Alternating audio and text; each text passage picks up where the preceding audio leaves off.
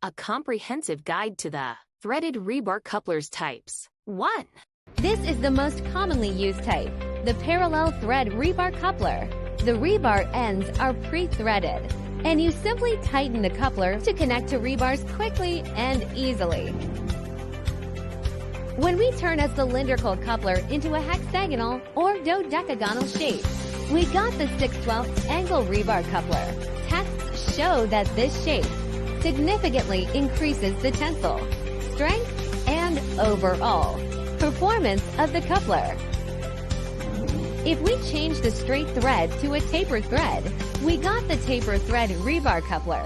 Comparing the two, straight thread coupler has vertical inner walls and a cylindrical interior, while a tapered thread coupler has inner walls that gradually narrow towards the center. This means the rebar ends must also be machined into matching tapered threads.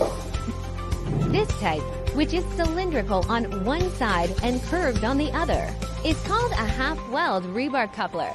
The curved side is designed to be welded onto a steel column. It is mainly used to connect rebars to structural steel columns or plates.